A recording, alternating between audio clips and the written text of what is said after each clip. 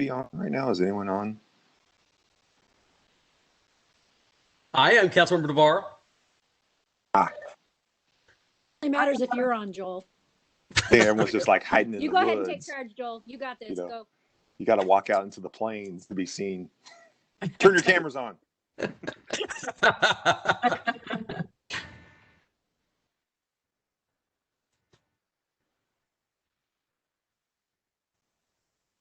morning, Mitzi.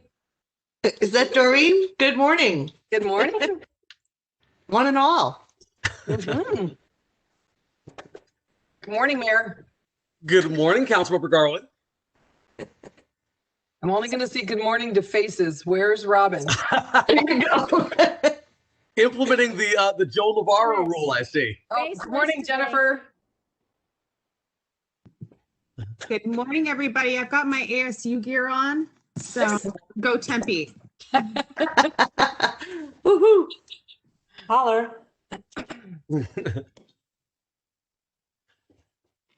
Let's see. So I'm trying to think about how long we should wait before getting started here. I want to make sure we give everyone an opportunity to log on, but I also want to be mindful of everyone's time.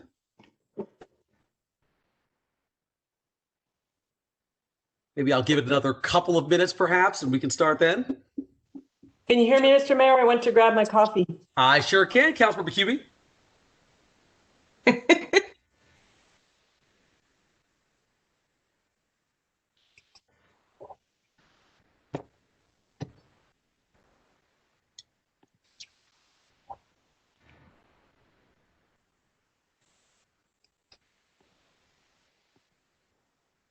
Well, I'm going to take a minute to give kudos to the city of Tempe for being a champion of COVID safety and keeping your meeting entirely 100% virtual.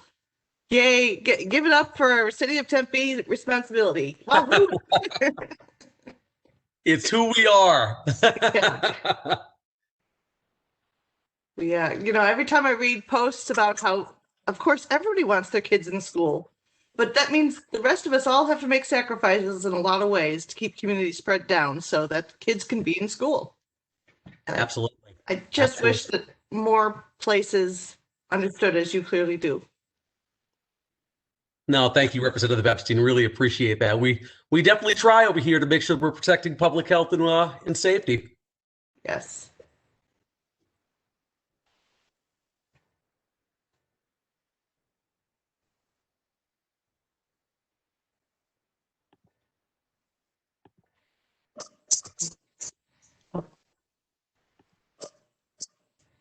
But Mitzi, what's going to happen when the session begins? Is there going to be a requirement of masks on the floor? Well, I know I'm not going to be on the floor if one person doesn't have a mask on. I'm out. Mitzi out. And that's why we've been pressing the leadership so much, and our Democratic leadership has been, diligent in pressing that you've got to enforce this.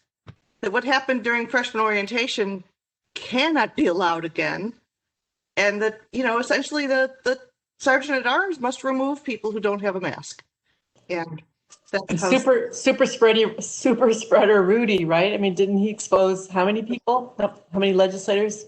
12 or something? Something like that. I can't even keep count. Yeah. And 12 legislators in Arizona were directly exposed, and in Michigan, there are where he was the day after he came to Arizona, there are now 30 confirmed positives with their state legislature. Oh my God. oh my word! Wow. So we're not blowing this out of the water. What happened in New Hampshire yesterday underscores the need for a mandate within the entire state legislature. What happened yesterday? The Speaker of the House passed away from COVID. Oh my God, I didn't know Or that. he caught it from maskless legislators. Oh my gosh. Wow. Yeah, apparently members of the Republican caucus are blaming other members of the Republican caucus for his death. It's And we have Rudy bragging that he got special treatment because he was a celebrity. Oh my gosh. It is. It's horrible. That is not the kind of celebrity you want. No. All right, let's see here. So what I'll do here, let's see, it's 8:39 a.m. So I'll try to go ahead and get started here just to make sure I'm being completely mindful and respectful of people's time. So let's go ahead and convene the. Oh, and I should ask Alex, are we okay to get started? Yes, sir. In terms of city council, we're just missing 2 of our members so far. Okay, sounds good. I also wanted to make sure that are we live on Tempe 11? This is actually not being broadcast on Tempe 11. All right. But we are recording it, sir. Oh, okay. Then we can't just say whatever we want. Okay, I was about to get very open. So that's how I roll. I'm gonna get full Joe Navarro over here. That's what you do. That's what I do. So let's do this. Welcome everyone to the Tempe City Council and Arizona State Legislators joint meeting. This is a fully virtual meeting, as Representative Epstein was talking about. Friday, December 11th. The time is now 8:40 a.m. Due to concerns over COVID-19 exposure, the city has implemented measures to protect our community, including the closing of council chambers and limiting public attendance to electronic means only. Members of the public may attend the meeting virtually through Cisco WebEx events by visiting tempe.gov/clerk for more information.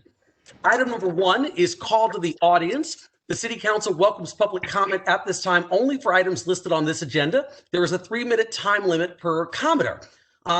Let's see, Madam Clerk, are there any comment cards this morning? Mayor, we have no submissions for this meeting. All right, thank you so much. Then I guess we're going to go ahead and move on here to item number 2, which is welcome and introductions. I'm going to quickly, before I go to any kind of a welcome here, just try to go around the room. Let me first go to our state legislators here in Legislative District 18. First, let me start with Senator Sean Bowie. Thank you, Mayor. Good morning, everybody. Sean Bowie, State Senator for District 18, which includes South Tempe. Great to see all of you this morning. Thank you. Welcome, Senator. Next up, Representative Mitzi Epstein. Good morning. I am Mitzi Epstein and resident of Tempe, the center of the universe. And I know every person should feel that way about their hometown. Absolutely. Thank you so much, Representative Epstein. And Representative Jennifer Germain. Good morning, everybody. State Representative Jennifer Germain, District 18. I serve on the Government and Elections Committee, and I chair the Missing and Murdered Indigenous Women's Committee. And I am going to be the ranking member on Public Safety, Military, and Veterans Affairs for this upcoming legislative session. Wonderful. Thank you so much, Representative Germain. Also, I know we have Senator Juan Mendez from Legislative District 26. Thank you. Hello, everyone. Good morning. Again, my name is Juan Mendez. I also resident of Tempe from District 26, though, so I'm in North Tempe. I know my teammates will be joining us, but I think we had a little trouble getting the WebEx to work, so they should be joining us shortly. Excellent. Thank you, Senator Mendez. All right, and let's go to members of the City Council. Councilmember Lauren Kuby. Councilmember Lauren Kuby, delighted to see you guys. It's been a long time since I've seen my legislators' faces, and I'm so appreciative of this opportunity to speak with you today. Excellent. Thank you, Councilmember Kuby. Councilmember Robert Arredondo Savage.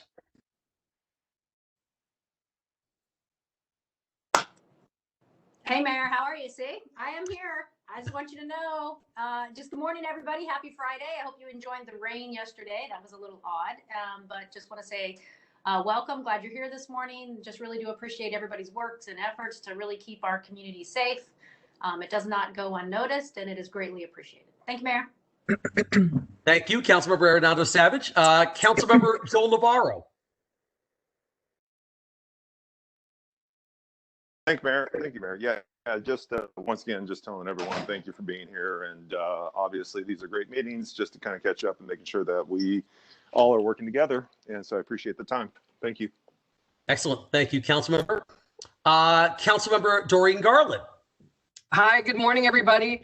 I'm so happy that you're here. I am looking forward to this meeting and getting to know all of you better as the year goes by. So thanks for being here. Thank you, Councilmember Garland. And I understand we now have Representative Athena Solomon from LD26 as well. Hi, good morning, everyone. Thanks for having us. I look forward to these conversations. I have been a longtime resident of Tempe, so it's a pleasure to work alongside the Capitol constituents. Thanks again. Great. Thank you, Representative Solomon. All right, dude, I also want to make sure that we go down the line too and introduce members of our staff who are here. Marge. Good morning, Marge Zilla, Government Relations Officer for the city. Thank you, Marge. Rosen-Chowsky. Good morning, everyone. Rosen-Chowsky, Director of Strategic Management and Diversity. Thank you for the invitation back. Thank you, Rose. Also, I see Wydell Holmes. Good morning, Wydell Holmes with the Strategic Management and Diversity Office, and it's a pleasure to join you today. Also, I see Sonia Blaine. Morning, everyone. Sonia Blaine, Deputy City Attorney. Happy to be here. Thank you. Good morning. And last but not least, I see our city manager, Mr. Andrew Ching. Yes, good morning. Thank you, Mr. Mayor. Welcome to our legislators, and looking forward to a great meeting this morning. Thank you. Great. Thank you so much, Mr. City Manager. Really appreciate it. So obviously, we all know that, there's an incredible amount of hard work being an elected official, especially trying to govern during a pandemic, which we all are. But we all know that this work is clearly well worth the effort in order to represent our great residents and our constituents.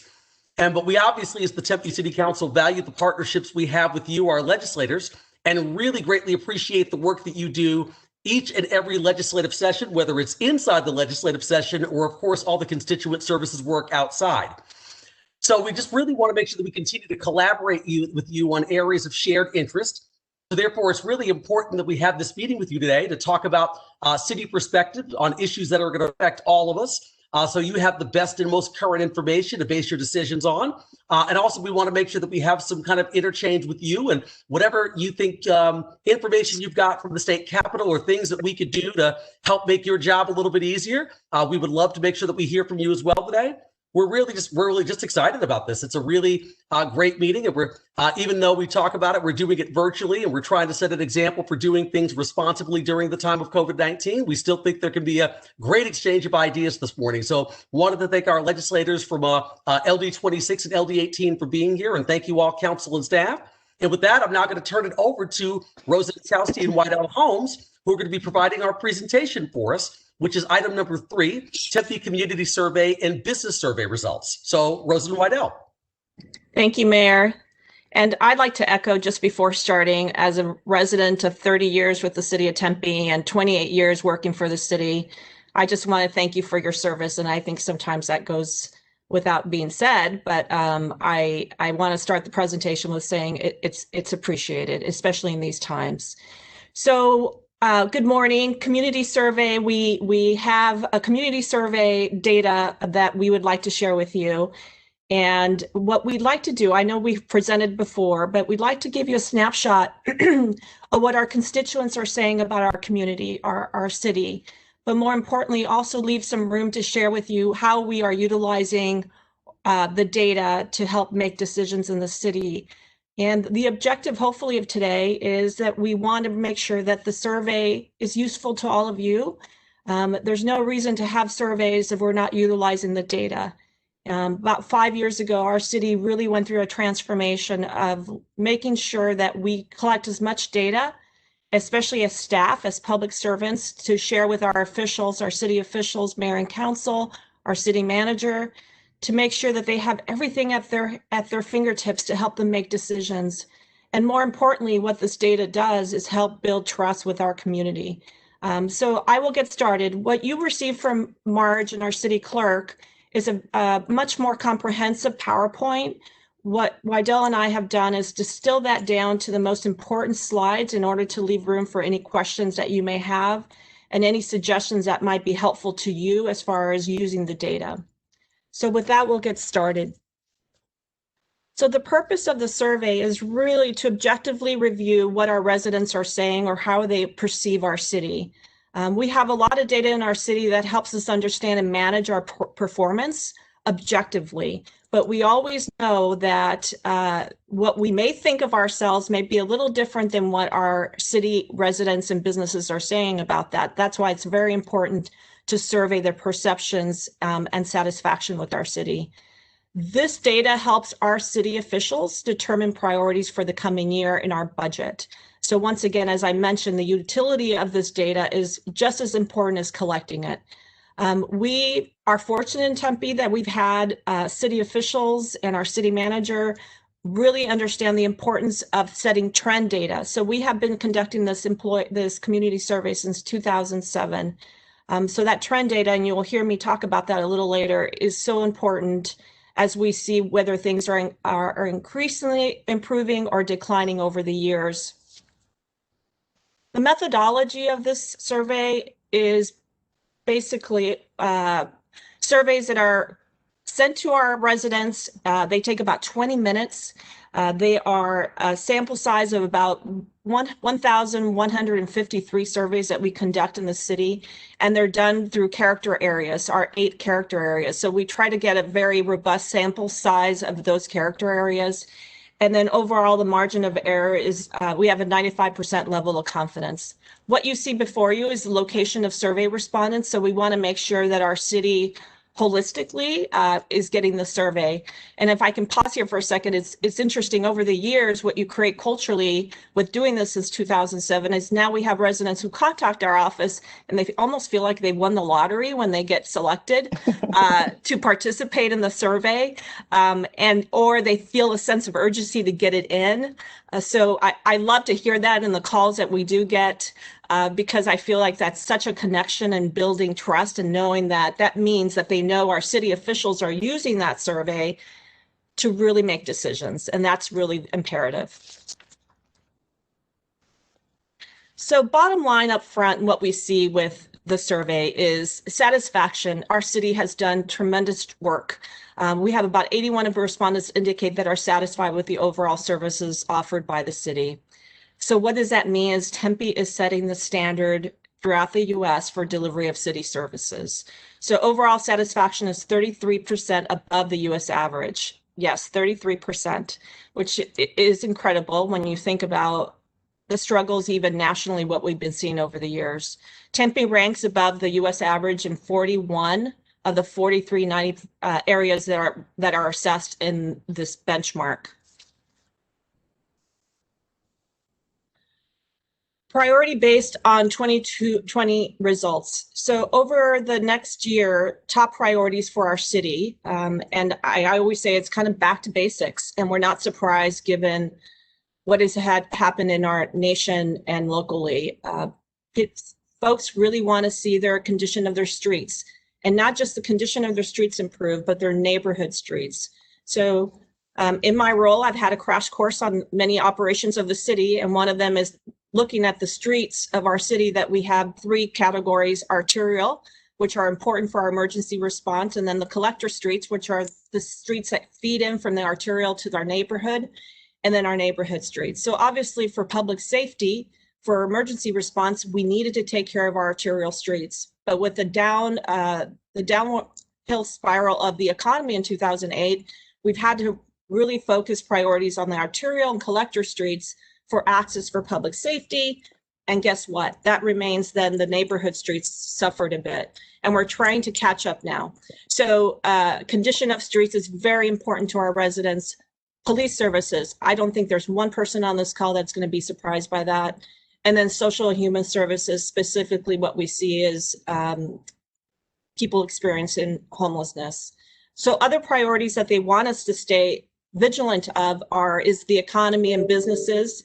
Our council has very robust conversations about how do we help our businesses, especially this year, but that has been a long time effort from the council. Neighborhood, once again, what I said, people are spending more time in their homes. They want to see they are now much more vigilant of what is happening in their neighborhoods. So obviously that is a priority. And then traffic delays is other priorities. But what we've seen is that we have exceeded our traffic mitigation goals for this year, and not because of, I'd like to say, our own performance, but obviously everyone's telecommuting.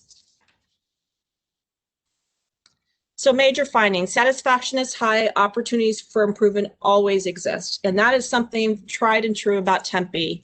And I can share with you, years past, we focused on being above the national average, and we have taken many of our goals, performance measures in our strategic plan and shifted them from national average to, we wanted to keep pressing ourselves and pushing ourselves to be top 10%.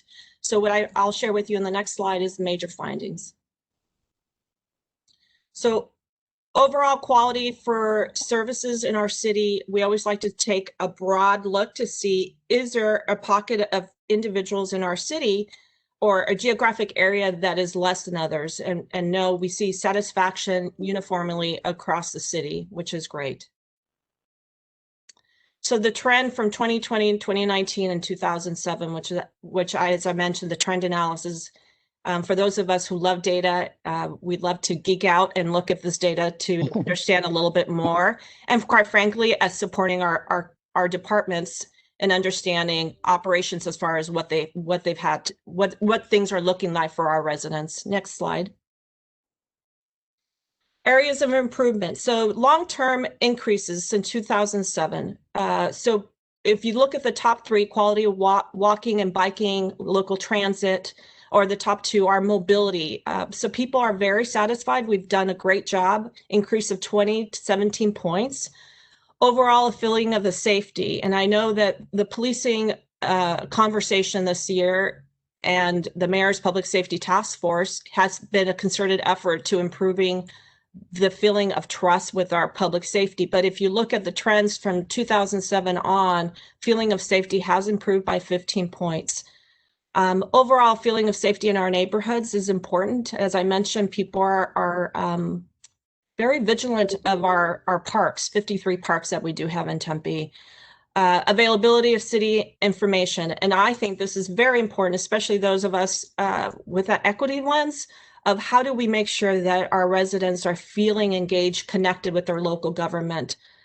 I happen to think that nationally people feel sometimes a disconnect, and people then therefore look to their local government to feel a connection with government and policies and changes. And then their outlier, as I call it, whether people care or not, golf courses went up 10 points, but it seems to be the outlier in that long-term increases, but we appreciate all the feedback. Short-term increases since 2019, our 311 call intake went up 10 points, which is important. People are now knowing where they can go for information at any point. Transparency, that building of trust, 9 points, feeling of safety in the desert parks at night and day. So all of you may not know, and the reason we ask that is all our questions in our surveys are connected to our performance measure, our strategic plan. We don't have a static strategic plan as some organizations do where it sits on a shelf. We are constantly looking at it. It's a living document.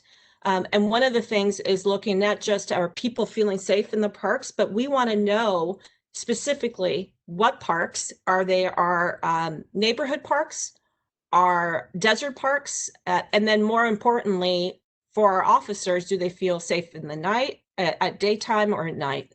Ease of access to campaign finance and lobbyist disclosures, that might be of interest to all of you. I know our clerk's office has really worked on that also. Ease of access to open books. And what our open books is access to looking at our finances and our budget and making sure that the residents understand how we are using their taxpayer dollars. And that is that transparency piece that builds trust, as I've said before. Next slide.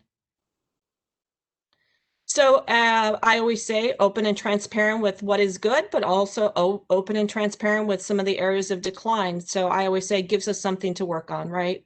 Long-term decreases since 2007, condition of our neighborhood streets. I mentioned our pavement quality. That is really what's been the focus.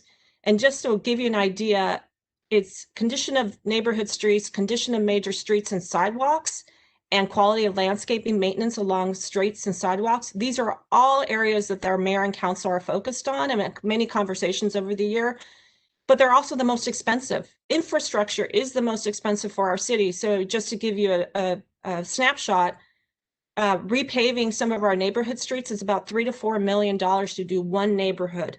So in the past, it's been about $12 million that we allocate towards pavement. That means you can only do 3 neighborhoods.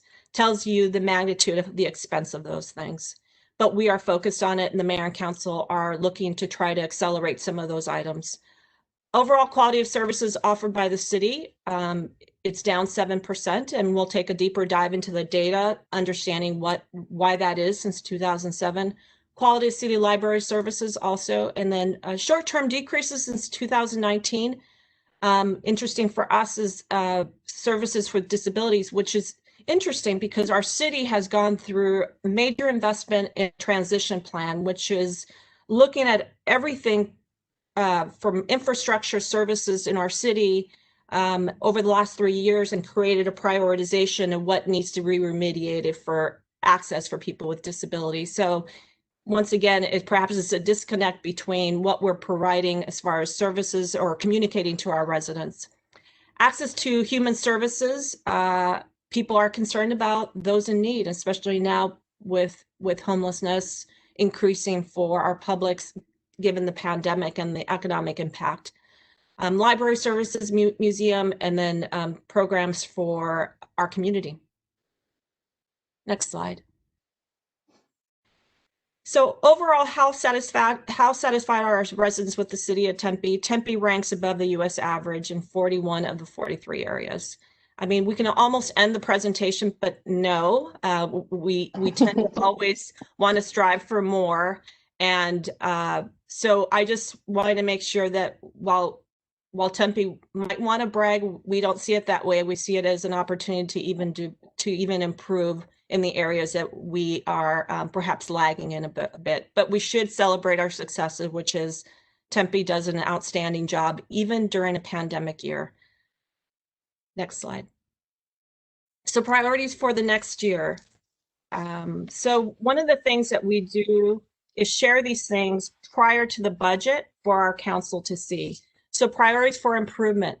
We asked the residents if they had 3 choices as far as where they would like to communicate for their mayor and council, what they would like to focus on for our city officials to focus on and our operating departments to also look at. They said the top 3 services, condition of our streets and sidewalks, once again, social human services in our neighborhoods, back to basics, as I call it.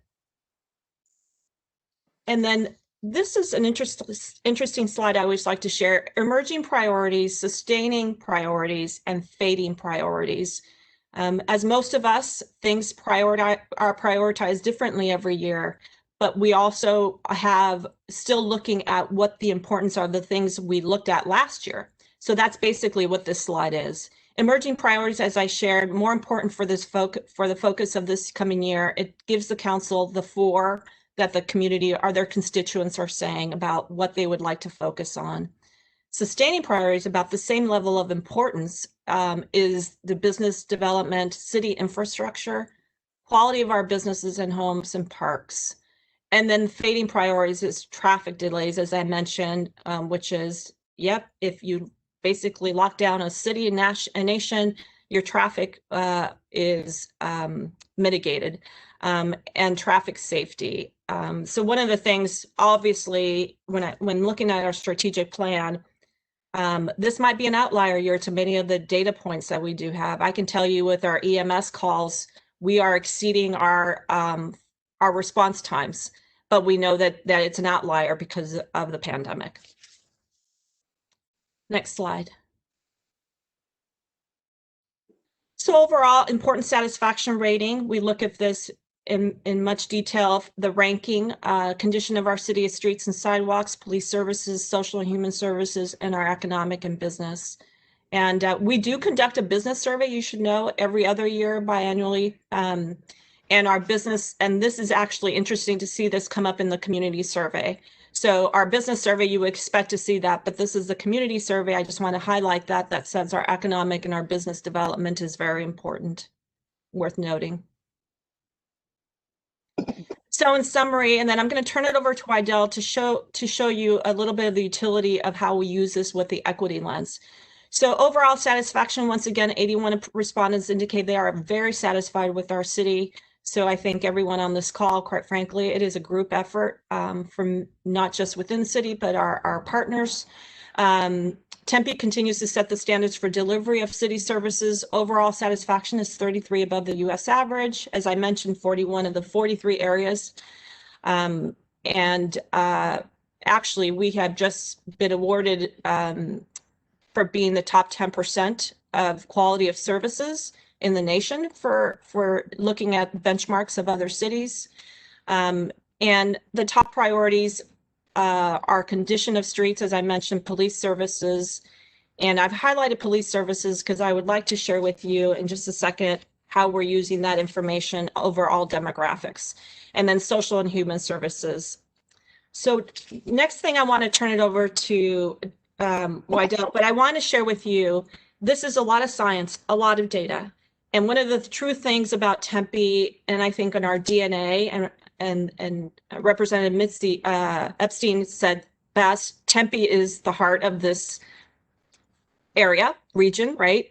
And I think one of the best part of it is that we have a lot of focus on science and technology, but the focus is balanced with heart and equity and looking at a lot of the quality of life for people and how does that data help create better life for people.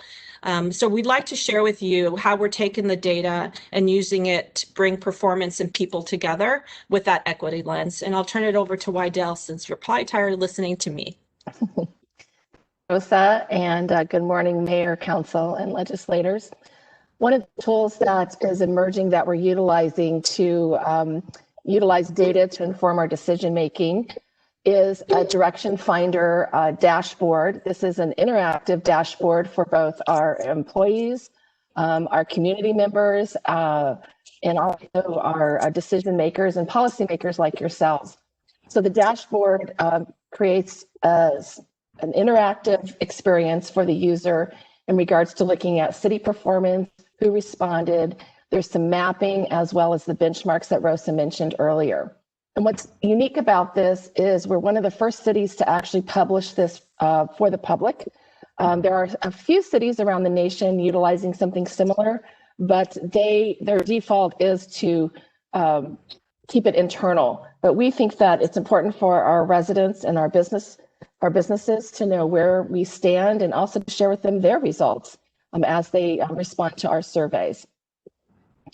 So keeping with the theme of quality of police services, this particular slide shows that in regards to our safe and secure communities council priorities, we asked the question about satisfaction with quality of police services.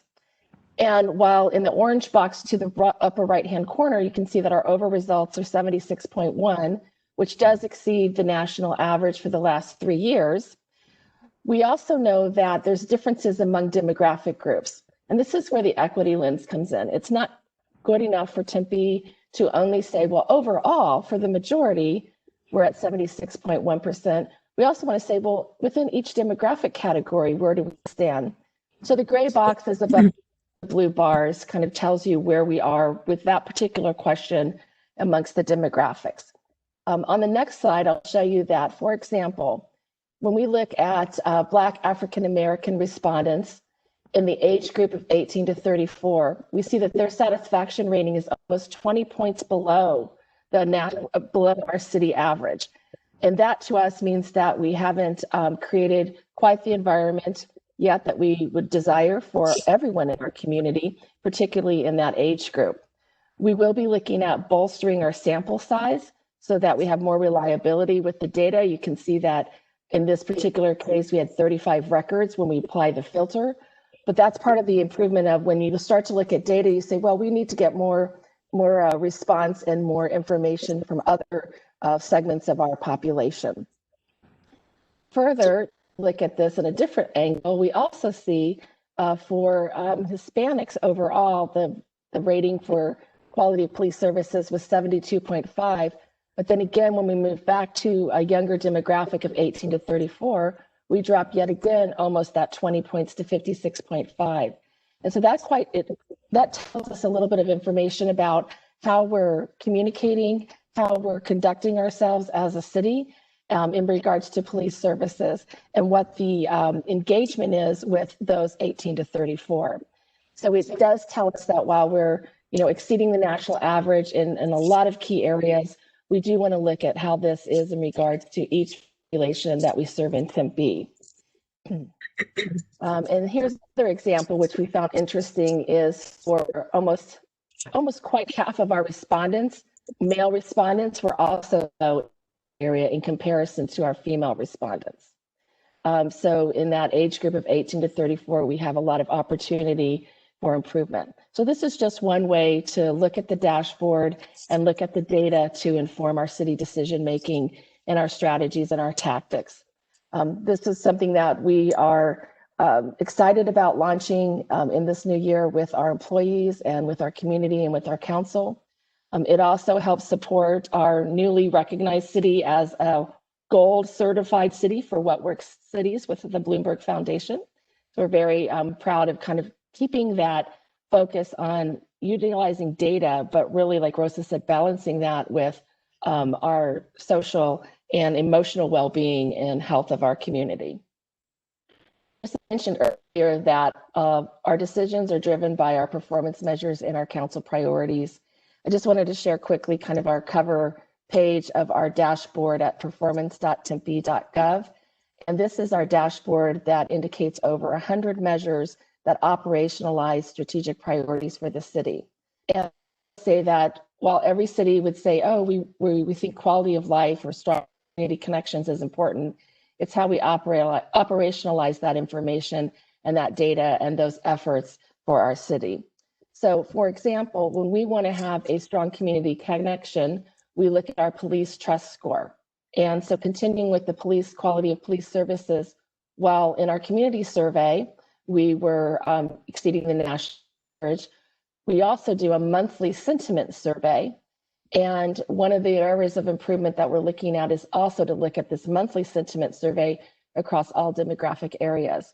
You can see right now that our target is to have our confidence in our police and our trust between 80 and 100%. Right now we're at 73. So again, we see opportunity. So while one data set tells us we're doing better than the national average, we have kind of a more local data set on a more monthly basis that can kind of tell us real-time data as well. So while the community survey puts us kind of looking in the rearview mirror, the monthly sentiment survey can tell us where we are here and now. And so this is data that we're using to inform our Public Safety Advisory Task Force that the mayor has set up and that we've been conducting over the last 2 months. Finally, Rosa mentioned our office in particular, but across the whole city, we look at our service through an equity lens.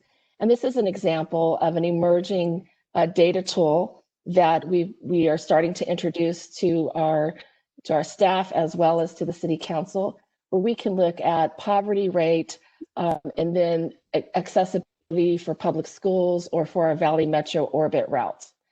And this is just one example where we can overlay demographical information in a visual way so that we can look at assets and services and programs and see where they fit across our community. It's one thing to think we're doing well, it's another to be able to see it in a visual context in regards to where might we have gaps or holes for improvement that we can address through policy and programs, and even shifting our resources in the budget process and for our programming.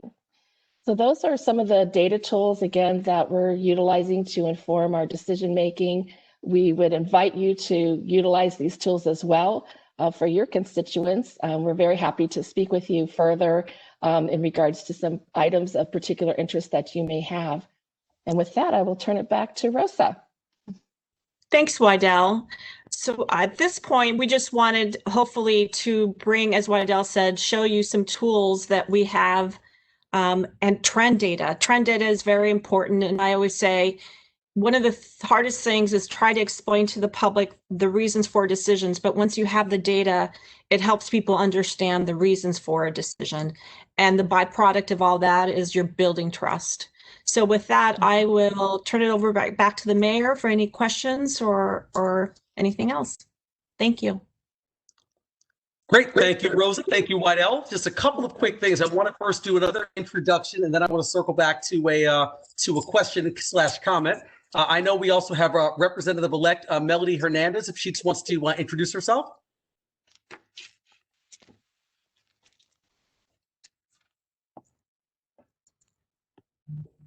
Hi, can everyone hear me and see me okay? Yes. Awesome. So just as a quick disclaimer, I am at work, so there's always the chance that I could get dispatched and have to head out. But hi, yeah, Melody Hernandez. I'm very excited to be an incoming legislator to learn more how we can partner with Tempe City Council. Tempe is my home, so I have a little bit of a sweet spot for this city. And yeah, so far a great meeting, and I'll let you get back to it, Mayor Woods. And thank you. Excellent. Thank you so much. And next up, I want to turn to Councilmember Cubie. I know you had a comment or question. Thanks, Mr. Mayor, and to Representative-elect Hernandez. It's so compelling to have a first responder, an EMT expert in the legislature and representing us. It's very unique, and I'm glad to see you there. So yeah, I just wanted like a sort of a cautionary note, and the community survey is a tool, and I think it's a robust tool, but recognizing that we know from social science research that not usually it's a self-selected group, or it's people that are really keenly interested in paying attention that tend to respond to surveys. So that can sometimes skew the data. I don't say that to undermine the community survey at all. I mean, the trend analysis is really important. And it definitely gives us directions. But it's also cautionary to know that, it's just a tool. And we just followed that, back to the basics mantra that our tagline happens to be Tempe, the city that makes waves in the desert. And it's important to recognize that while it gives us some information, it's not the be all end all.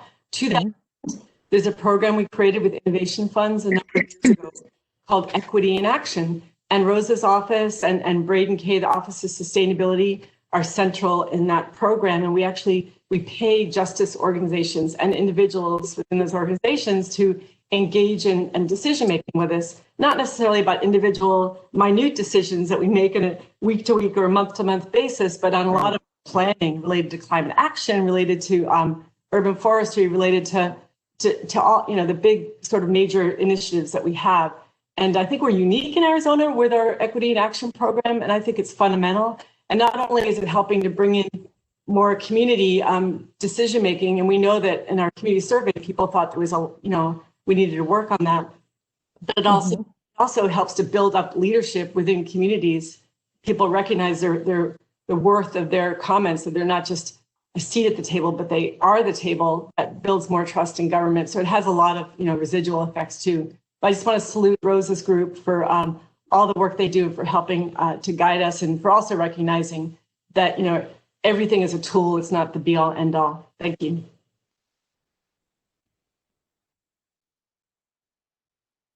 Great. Thank you, Councilmember Cubie. Any other members of council or any of our legislators have any comments or questions about the data presented?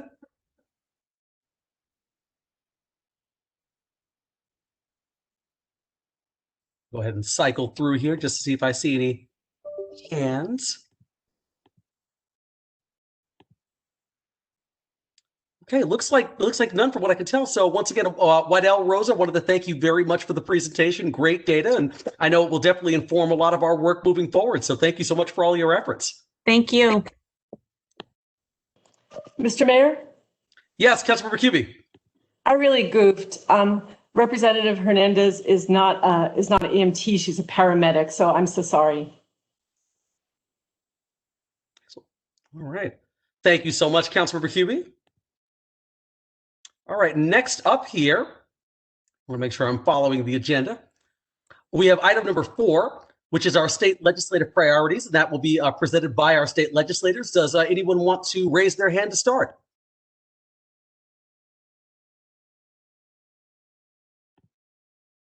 Mr. Mayor, this is your host, Alex.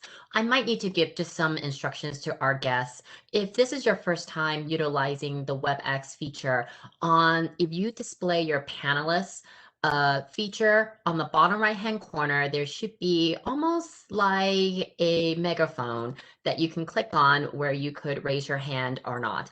Just as an FYI, or you can just simply unmute yourself and the mayor will proceed. Thank you.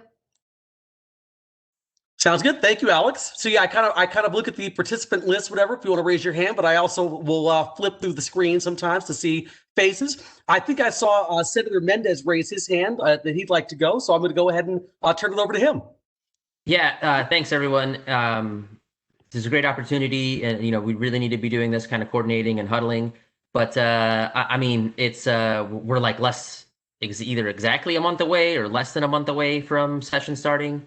And the Republicans in charge haven't put together a plan or haven't really told us what they're going to do in regards to if the session is going to be any different. So it's really hard to plan around that. I mean, I would almost plan that they won't have a plan in place.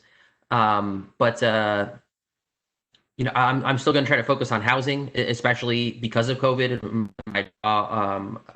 Might make it easier for the conversation to exist outside of the committee, so it doesn't get shut down in just a committee. But so that's, I mean, I'm still going to try to do something to support Newtown community development, but I guess I'll branch out in terms of just all other housing protections that are needed because of COVID.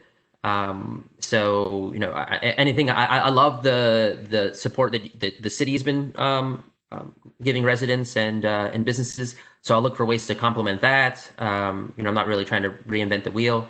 But I mean, if there's anything that you guys need on the legislature side to help with your housing efforts, just let me know and I'll love to support that. Thank you so much, Senator Mendez. Yeah, I mean, that's really exciting news. And I know you've been a longtime supporter of affordable housing and Newtown, which is one of our longtime community partners. I know they just celebrated their 25th anniversary. They've got a really exemplary new executive director, Stephanie Brewer. And, I know that this council is going to be discussing a proposal regarding affordable housing on January 14th called Hometown for All, which I think we all believe will really revolutionize the face of affordable housing, not only in our community, quite honestly, but hopefully will create a blueprint for other East Valley communities and throughout Arizona to really place the focus and emphasis on affordable housing that I know this council has, but obviously you have, and I know all of our state legislators have as well. So I just wanted to say thank you so much for your efforts on this and for your support. Let's see, I'm going to go to Representative Jennifer Jermaine. Thank you so much, Mayor Woods. I'm wondering, though, if Councilwoman Kupi had a question for Senator Mendez, if that's why she raised her hand. You got it. I can turn back to Councilwoman Kupi, then I'll circle back with you, Representative. Oh, thank you so much. Yes, it's just about affordable housing, and just want to thank our delegation, our legislators for pushing to help replenish the Affordable Housing Trust Fund in last year's session. I think was it 15 million got put in, and originally, a few years back, it was 51 million before it was swept. I know all of that money went to rural legislators as sort of a, we know how that works. And so I know housing advocates all over the state are pushing for a replenishment of that fund. I know that's uppermost in your mind, but I want to just thank you for continuing to push for that. Excellent. Thank you, Councilmember Kupi. I'm going to circle back now with Representative Jermaine.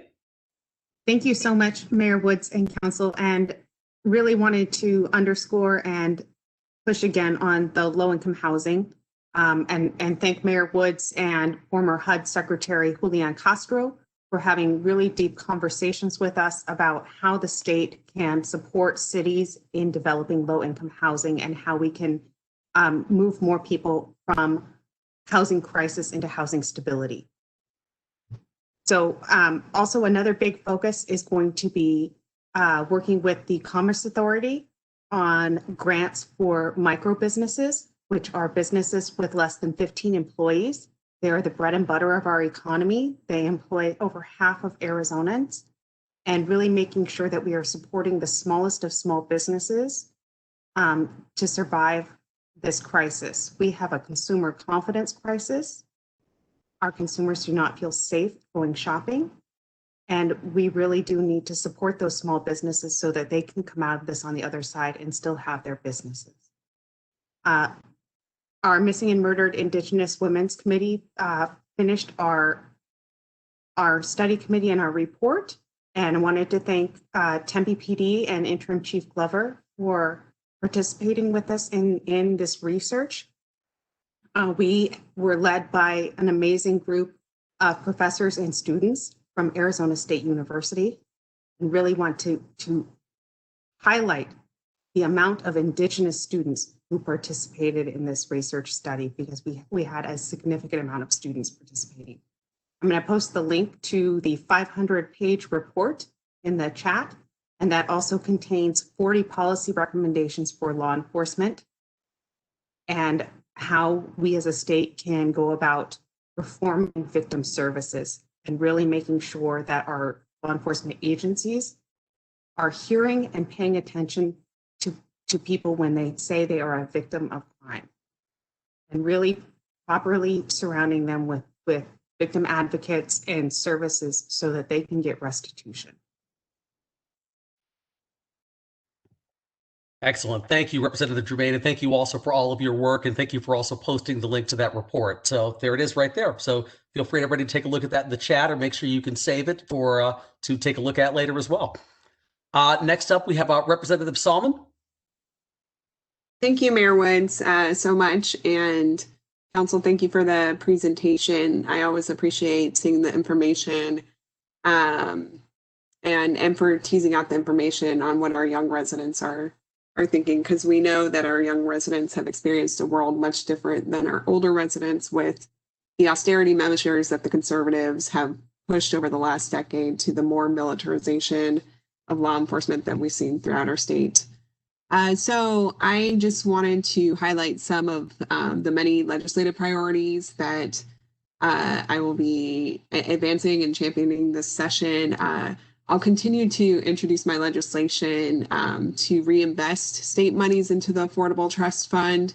I'm very glad Councilwoman QB highlighted that the fund used to be in the tens of millions. The Democratic Caucus, we've continued to, through my legislation, propose anywhere between $30 to $40 million investment into the Affordable Housing Trust Fund. But unfortunately, we see a much lower investment by our conservative colleagues into that fund, which is why we continue to see a lot of residents in District 26, including Tempe, struggle to make ends meet and struggle to keep shelter over their head. So we will continue to advocate housing priorities. Also, I will be continuing on. This is my third term being on the Elections Committee, and this will be my second term as the ranking member on the committee.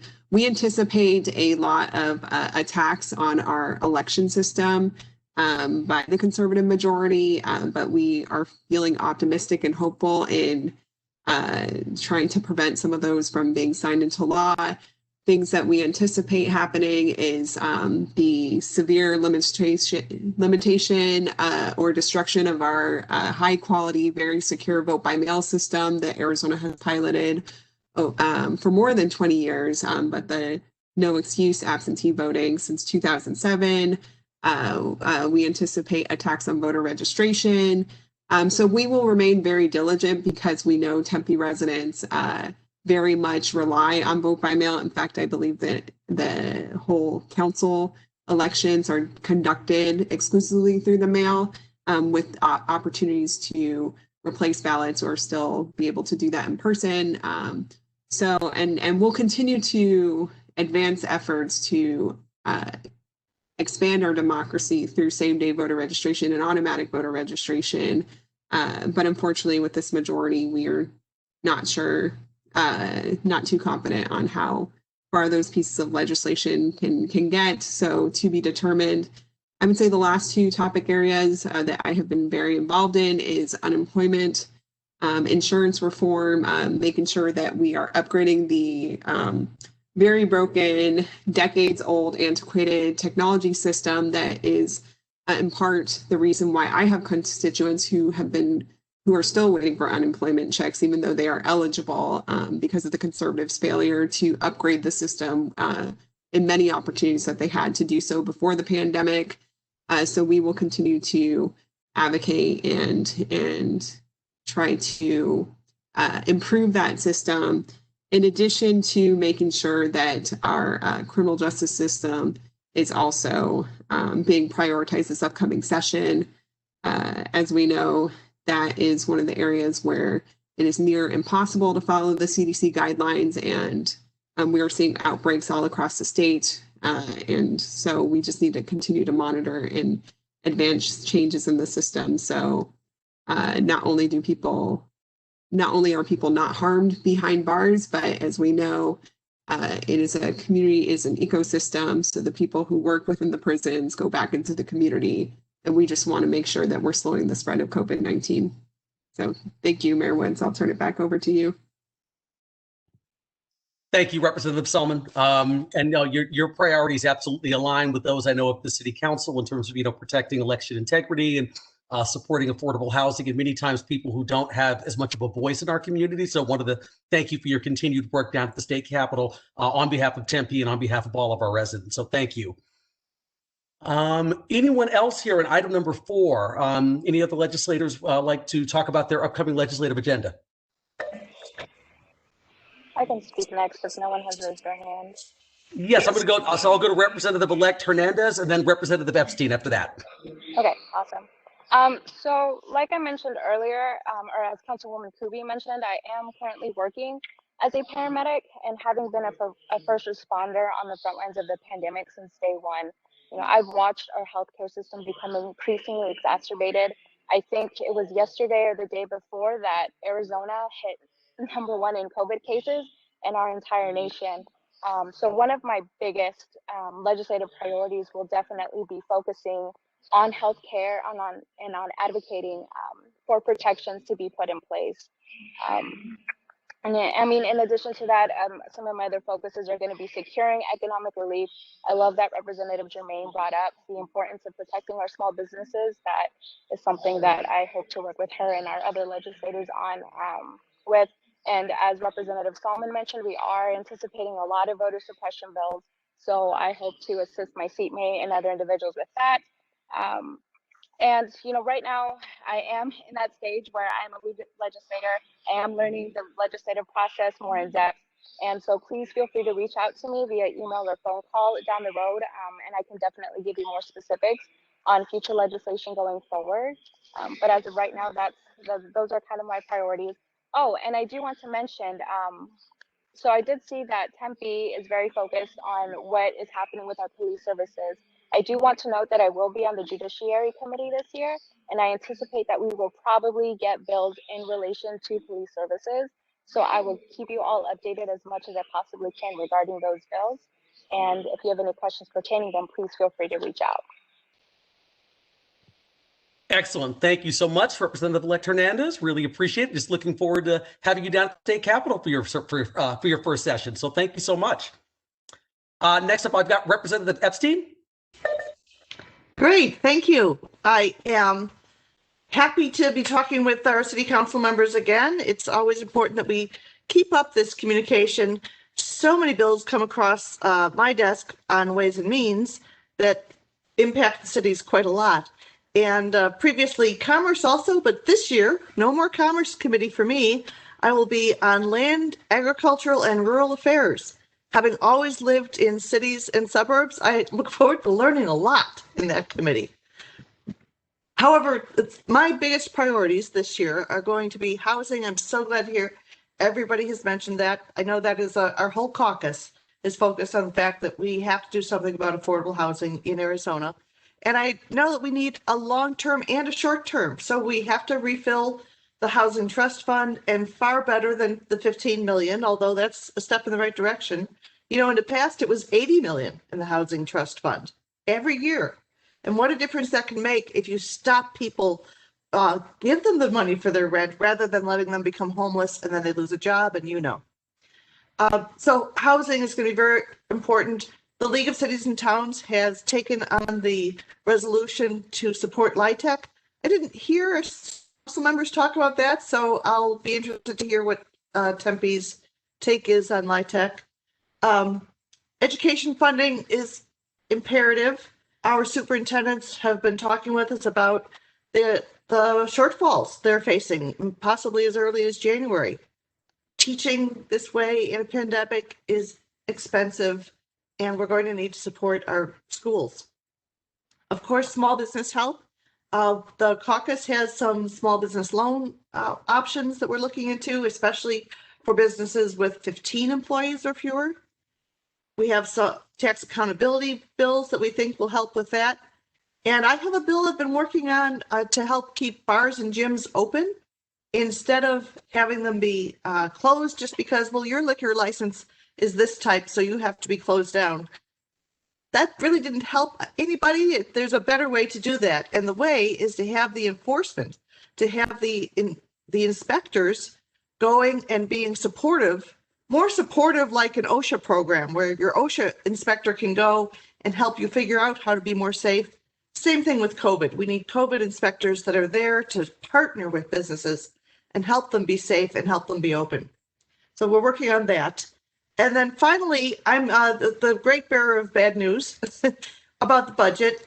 Our unemployment insurance trust fund is within moments of being insolvent. DES predicts it will be insolvent in the first week of January. Therefore, we absolutely must put money into it. We have a promise we absolutely will keep to get these benefits to people who have earned them because they've lost a job through no fault of their own.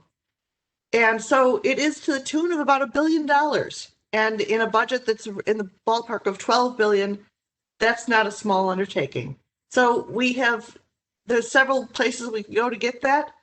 My first choice is Congress. So we've written a letter to Congress, our Arizona delegation, saying, please send us $1.5 billion for our trust fund to shore it up.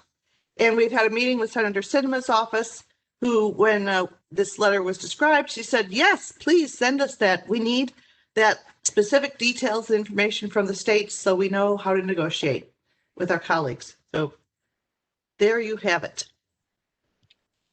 Thank you, Representative Epstein. A couple of things about what you said. I know the city last year supported the LIHTC, and for anyone who's watching right now, the low-income housing tax credit legislation down at the Capitol. And we're definitely going to continue supporting that this year because it's very much in alignment with this council's legislative principles, and we appreciate your support as well. We've had several projects, especially in Tempe, built along Apache Boulevard with LIHTC funds. And so we definitely want to make sure that we continue supporting that because it's been a real catalyst for additional kind of affordable and attainable housing opportunities in our city. And I think it's going to continue to play a big role. And I know that Marge Zilla will definitely make sure to reach out to you, Representative Epstein, and all of our legislators in terms of talking about continued support and advocacy for that legislation. And one thing I wanted to thank you for as well, Representative, is putting context around a number, because I think and what I mean by that is, we talked about the $15 million that Arizona put back into the State Housing Trust Fund, which sounds like a lot of money. And no one's saying $15 million isn't a lot of money, but I think, your point of saying at one point it was 80 million. And from a comparable standpoint, one of my best friends from college runs an affordable housing company out in Massachusetts. And so whereas we put 15 million in last year, Massachusetts put in over 1.2 billion. And so so I appreciate what you said, though, because sometimes if someone hears the number, like, well, what are we complaining about? It's $15 million. That sounds wonderful, but it's not, but when you talk about, the legislature, many times people who are sweeping that money for years. And when we look at what a lot of other states are doing, I agree with you that our level of investment and reinvestment has to be a lot higher. So I really appreciate you not just placing more emphasis on the fact that we got to support more affordable housing in LIHTC, but also for you adding the much needed context around this issue. So thank you for your leadership on that. Let's see. Anyone else, legislators here, want to talk about upcoming legislative priorities?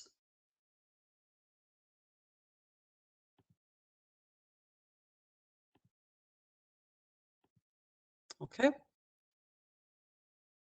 Oh, let's see. Councilmember Cubie. Yeah, I just want to mention with the federal LIHTC program that I'm hopeful with Representative Fudge as the secretary-elect that we might see some more federal reinvestment, and those tax credits are so competitive. And I know the Valor on 8th, congratulations. Mayor Woods and Councilmember Robin Arredondo Savage for being the chief instigators behind Valor and 8th, that I know they captured the LIHTC tax credit and perhaps Tempe Community Action Agency offices. So I'm hopeful that in the new administration, we might see some infusion there into the LIHTC, federal LIHTC program. I just wanted a note of thanks to Representative Salmon, because I had a number of Tempe residents who contacted me about problems with unemployment and not getting it. And frankly, some of the calls were desperate. And so I referred them to her office, and the constituent services that she does and does personally to intervene and to explain and to work with the residents was really outstanding. So I just want to thank her for that. Thank you, Councilmember Cubie. All right, let's see. Looks like we will move on here to the last item on our agenda. We got about roughly 20 minutes left to make sure that I'm respectful of your time. But the last item on the agenda here is item 5, legislative partnerships between our state legislators and city council. And so I wanted to see if anyone wants to take the lead on that item here. I'll give you 1 second. Okay. So anyone want to take the lead on that? I mean, things that, that frankly, that you can think of between our city council members and our state legislators from LD 26 and LD 18, things that we should be partnering on for the upcoming session. So let's see, Councilmember Cubie has her hand up. Sorry, I don't mean to monopolize. But yeah, it's SB 1350, the short-term vacation rentals bill. And last year there was an effort to amend that. It seemed like the Republicans in the legislature actually open to making some substantive changes. There were some tweaks made the year before, but I know because of COVID that action was stopped. So I just wanted to throw out there, perhaps if Senator Bowie is on the call, Representative Epstein, I know you've been active in that as well. Is there any possibility of having reforms to that? Because many of our residents see it as an existential threat to our neighborhoods.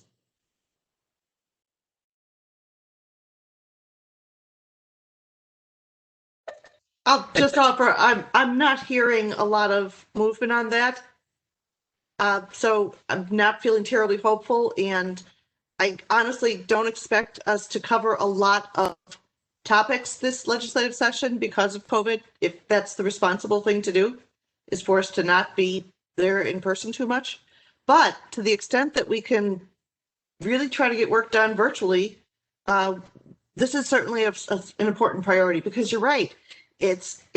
People feel it. It's in their backyard. Backyard and pocketbook issues are the ones that affect people's lives so much, and this is definitely a backyard issue. So it's top of mind.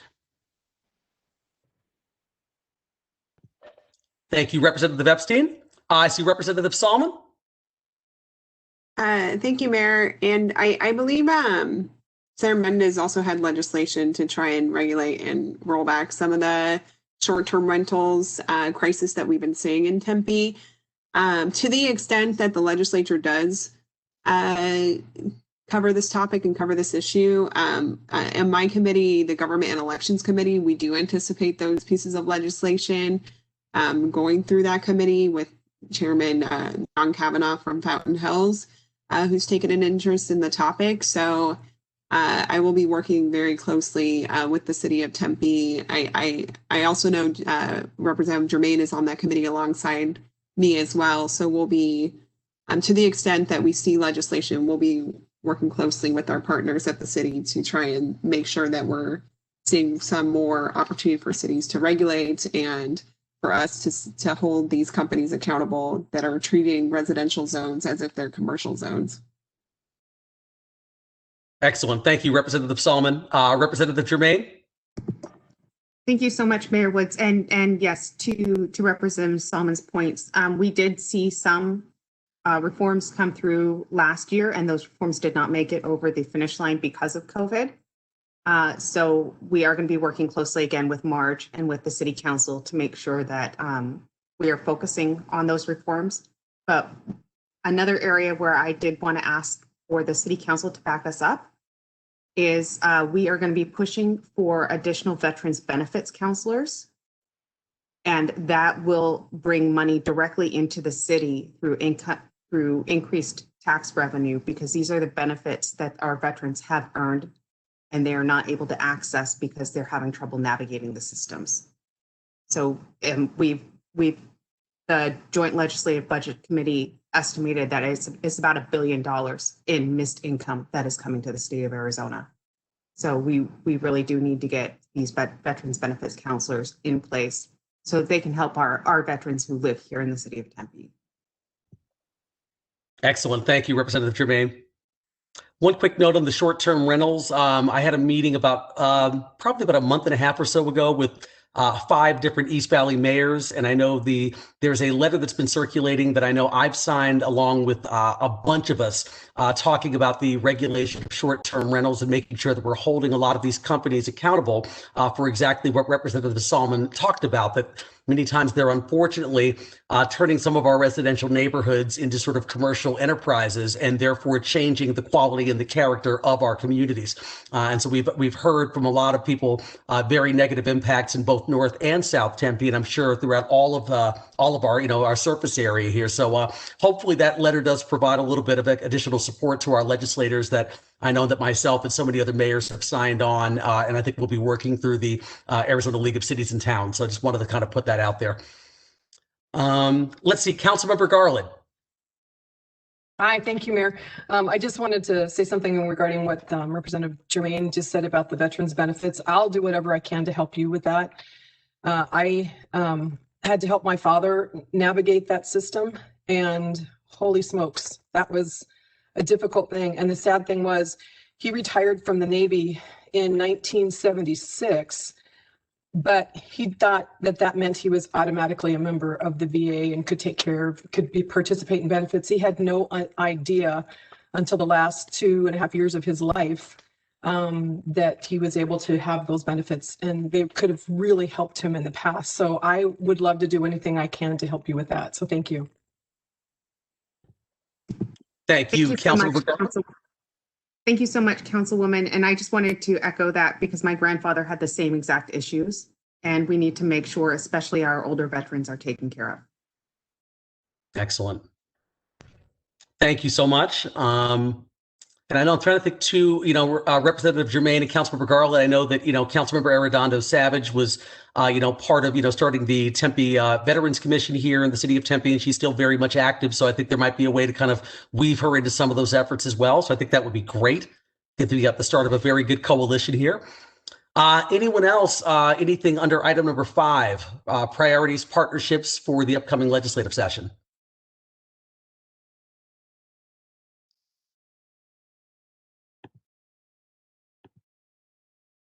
Okay, not hearing any. I'll say going once, going twice. All right. Well, with that said, just to make sure, we can probably wrap this up a little bit early and even give you a few minutes back in your day. But I mean, just in terms of a little bit of a wrap up of some of the items we talked about, we spoke about short-term rentals, home-based business preemptions, HERF, which are Highway User Revenue Fund, resources, affordable housing efforts, and obviously tax policy in the budget. And so, I mean, those were just a number of the subjects covered during the last sort of hour and a half. But just really appreciate, frankly, our state legislators being such amazing partners down at the Capitol, advocating for us, advocating for Tempe residents, and doing everything you can to make the city and, frankly, this region and this state an even better place to live, and to make sure that all the places we represent are great places to live, work, or play, or raise a family. So I just wanted to thank all of our legislators here from districts 26 and 18 for all of your continued efforts. And obviously, whatever you need, please feel free to reach out to us directly. Please feel free to reach out to Marge, who handles our entire legislative agenda for the city of Tempe. I wanted to see if I could turn it over. Any last comments for anyone before we go ahead and adjourn for this morning?